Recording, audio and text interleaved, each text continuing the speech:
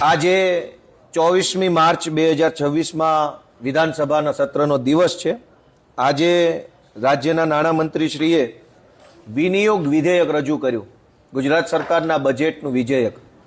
અને એ વિધેયક ઉપર મેં મારો મુદ્દો રજૂ કરતા ગુજરાતની સેવા, સુરક્ષા, સલામતી, કાયદો અને વ્યવસ્થાની બાબતને સંભાળતા આપણા ગુજરાતના હોનહાર હોમગાર્ડ અને જીઆરડીના જવાનો વિશે આજે મેં સરકારનું ધ્યાન દોરવા માટે રજૂઆત કરી હતી. આપણા રાજ્યમાં હોમગાર્ડ જવાનો પોલીસ સાથે ખભે ખભો મિલાવી કામ કરે છે અને જીઆરડીના જવાનો પણ લગભગ પોલીસ જેટલું જ કામ કરે છે.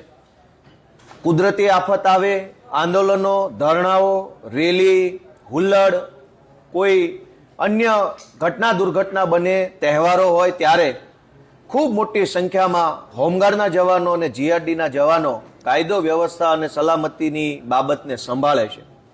પરંતુ અત્યંત દુઃખ સાથે મેં સરકારને વિધાનસભાની અંદર ધ્યાન દોર્યું કે જે હોમગાર્ડના જવાનો ગુજરાતની સુરક્ષા સંભાળે છે, પોલીસ જેટલું જ પોલીસ સાથે મળીને પોલીસ જેટલા જ કલાક કામ કરે છે, એને માત્ર 300-350 રૂપિયા પગાર આપવામાં આવે છે રોજનો. અને એ પણ 30 દિવસ માટે નહીં, જેટલા દિવસ એને કામે બોલાવે એટલા જ દિવસનો પગાર. જીઆરડી જવાનોને પણ 200 રૂપિયા રોજ આપવામાં આવે છે. 200 રૂપિયા તો હવે ખેતી મજૂરીમાં નથી હાલતું. ખેતી મજૂરી જેવી કામ કરવાનું હોય એમાં પણ 500-600 રૂપિયા રોજ આપવામાં આવે છે રોજી રોટી માટે. સરકાર પોતે યુનિફોર્મ આપે છે, ભારતની રાષ્ટ્રીય ચિહ્ન, રાષ્ટ્રીય મુદ્રા એની ટોપી પર લાગે, બેલ્ટ ઉપર લાગે. અને એની ઇજ્જત શું? ભારતની રાષ્ટ્રીય મુદ્રા આગળ 3 સિંહો દેખાય છે, 4 સિંહો વાળું જે અશોક ચિહ્ન છે એ જેની ટોપી પર લગાયેલું છે એ માણસનો પગાર 200 રૂપિયા. પાણીપુરીની લારી ખોલે તો અત્યારે વધારે પૈસા કમાય એવો માહોલ છે. મેં આજે અંદર રજૂઆત કરી કે આ આપણા હોમગાર્ડ જવાનો અમદાવાદ, રાજકોટ, વડોદરા, સુરત જેવા શહેરોમાં તો લગભગ 12 માસ હોમગાર્ડ જવાનો પોલીસ સાથે નોકરી કરે છે. અનેક હોમગાર્ડ જવાનો પોલીસ વાનનું ડ્રાઇવિંગ કરે છે દિવસ રાત. અનેક હોમગાર્ડ જવાનો ટ્રાફિક વ્યવસ્થા સંભાળે છે, આખો દિવસ ધુમાડો લેવાનો, કર્કશ હોર્નના અવાજો કાનમાં જાય, એટલી બધી શારીરિક યાતનાઓ ભોગવીને પણ હોમગાર્ડ જવાનો જ્યારે રાજ્યની વ્યવસ્થા સંભાળે છે ત્યારે આ હોમગાર્ડ અને જીઆરડીના જવાનોને પૂરો પગાર મળવો જોઈએ એવી રજૂઆત મેં વિધાનસભાના અંદર સરકારને કરી. મેં એક બીજી પણ એવી રજૂઆત કરી કે હોમગાર્ડની અંદર જે કમાન્ડન્ટ આવે છે, આ તમામ કમાન્ડન્ટોની રાજકીય નિમણૂક થાય છે. ખાસ કરીને ભાજપ પક્ષની અંદર હોદ્દો ધરાવતા હોય અથવા ભાજપની આગળ પાછળ ફરતા હોય એવા માણસોને કમાન્ડન્ટ બનાવવામાં આવે છે. અને પછી આ કમાન્ડન્ટો હાજરી પૂરવાના પૈસા માગે, રજા આપવાના પૈસા માગે, નોકરી ઉપર વધુ દિવસો ભરવાના પૈસા માગે. અને આ કમાન્ડન્ટો કોક હારાય હશે પણ લગભગ જગ્યાએ કમાન્ડન્ટ દ્વારા હોમગાર્ડ અને જીઆરડીના જવાનોનું આર્થિક અને ક્યાંક ક્યાંક તો બહેનોનું શારીરિક શોષણ થાય છે.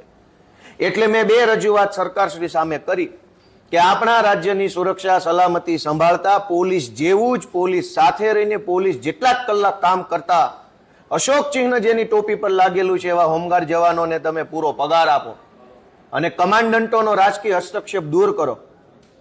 તો હવે ગુજરાતની સરકારે વિધાનસભાના ગૃહની અંદર જે જવાબ આપ્યો એ સાંભળવા જેવો છે. મને અત્યંત દુઃખ લાગ્યું. મારે તો ગુજરાતભરના સૌ હોમગાર્ડ જવાનોને વિનંતી કરવી છે, સાંભળજો અંદર હું જવાબ આપ્યો. સરકારે એમ કીધું કે આ હોમગાર્ડના અને જીઆરડીના જવાનો છે એ નોકરી નથી કરતા, સ્વૈચ્છિક સેવા કરે છે. 5 વખત આ શબ્દ બોલાયો અંદર કે આ લોકો સ્વૈચ્છિક સેવા એટલે કે સામે ચાલીને પોતાની મરજીથી આ નોકરી કરવા આવે છે, અમે નથી રાખ્યા.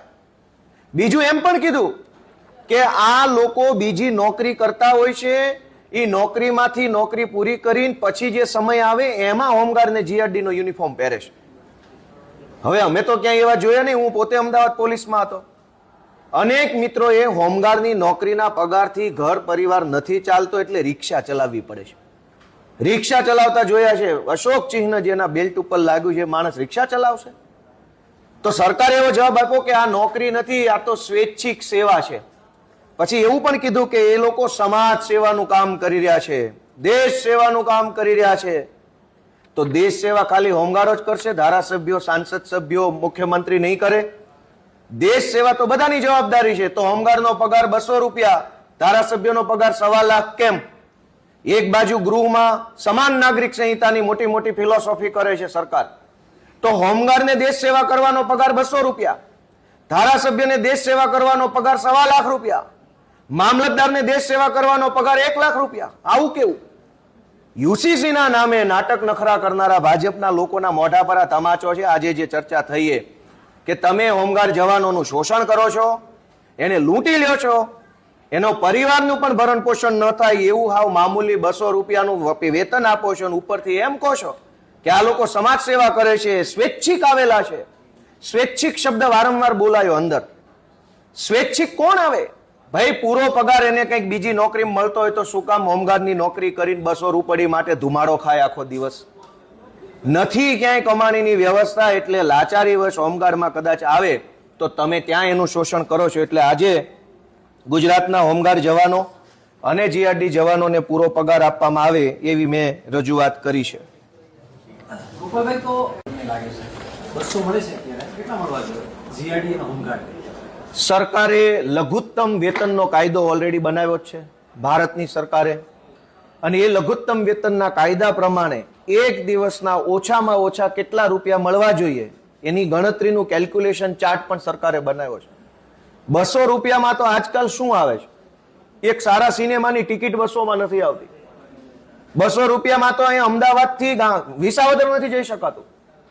તો 200 રૂપિયા જેવી રકમ માટે થઈ તમે યુનિફોર્મ પહેરેલા માણસને અપમાનિત કરો, એનું ગૌરવ હણાય, સ્વાભિમાન હણાય, એ માણસ સન્માન સાથે ન જીવી શકે એવી લાચારીમાં ન મૂકવા જોઈએ. અને પાછું એવું કીધું, તમે સમજો કે આ લોકો સમાજ સેવા કરે છે, દેશ સેવાનું કામ કરે છે, સ્વૈચ્છિક સેવા આપે છે. આવું કહેવામાં આવ્યું. સ્વૈચ્છિક સેવા હોમગાર્ડ આપશે તો કેબિનેટ મંત્રી પણ સ્વૈચ્છિક સેવા આપે ને આખા ભાજપના તમામ ધારાસભ્યો લખીને આપી દે પગાર નથી જોતો, અમે દેશ સેવા કરીએ. તમારે આખા પડીકા ખાઈ જવા છે અને હોમગાર્ડો પાસે દેશ સેવા કરાવી છે. તો આજે મેં કીધું ભાઈ હોમગાર્ડ 200 રૂપિયામાં દેશ સેવા કરી શકતો હોય તો ભાજપના તમામ ધારાસભ્યો 150 રૂપિયામાં દેશ સેવા કરે. આજે લખીને આપી દે વિધાનસભાના અધ્યક્ષને, ભાજપના તમામ ધારાસભ્યો કે અમને 150 રૂપિયા મહિને આપજો. તમારે હોય એટલું બધું ખાઈ જવું છે અને દેશના રાજ્યના નાગરિકને લૂંટવા છે, અને વાતો પાછા સમાન કાયદાની કરવી છે. આમાં ક્યાં સમાનતા આવી? એક પોલીસ કોન્સ્ટેબલ અને એક હોમગાર્ડ એક જ ડ્યુટી પોઈન્ટ ઉપર કામ કરતા હોય છે, બંને આખો સરખું કામ કરે છે. અમદાવાદના અનેક ટ્રાફિક પોઈન્ટ ઉપર, પોલીસ ચોકીઓમાં હોમગાર્ડ અને કોન્સ્ટેબલ એક સરખું કામ કરે છે. કલાકો એક સરખી, કામ એક સરખું, મહેનત એક સરખી, બળ બુદ્ધિ વાપરવાનું એક સરખું. હોમગાર્ડનો પગાર 200-300, કોન્સ્ટેબલનો 20,000, સિનિયર કોન્સ્ટેબલનો 35,000, હેર કોન્સ્ટેબલનો 50,000. આવું કેમ? આમાં ક્યાં સમાન કાયદો, સમાન નાગરિકતા આવી? એટલે આજે આ સમાન નાગરિકતાનો ભાંડો ફૂટ્યો છે. ગોપાલભાઈ, ઘણા બધા ધારાસભ્યો પોતાના પગારનો પણ લોકસેવામાં કામ કરતા હોય છે. હાર્દિક પટેલે પણ પોતાનો 3 વર્ષનો પગાર અંદાજે 43 લાખ રૂપિયા છે લોકસેવામાં વાપર્યો છે. સમાજ સેવા, છાત્રાલય, સોલાર પેનલ અને વિદ્યાર્થીની ફી માટે ખર્ચ્યા છે. ભાજપના ધારાસભ્યો પોતાનો પગાર સમાજ સેવા પાછળ વાપરવાની જે જાહેરાત કરે છે ને, મને એમ લાગે છે કે એ બહુ મોટું છળ કપટ છે.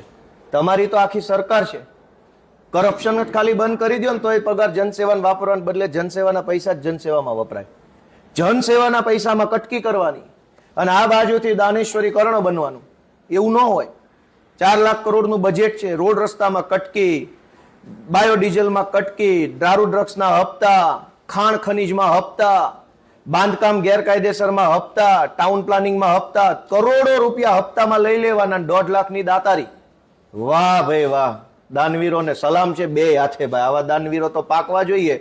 100 કરોડનું બૂચ મારું, 1.5 લાખનું દાન કરું, વેરી ગુડ.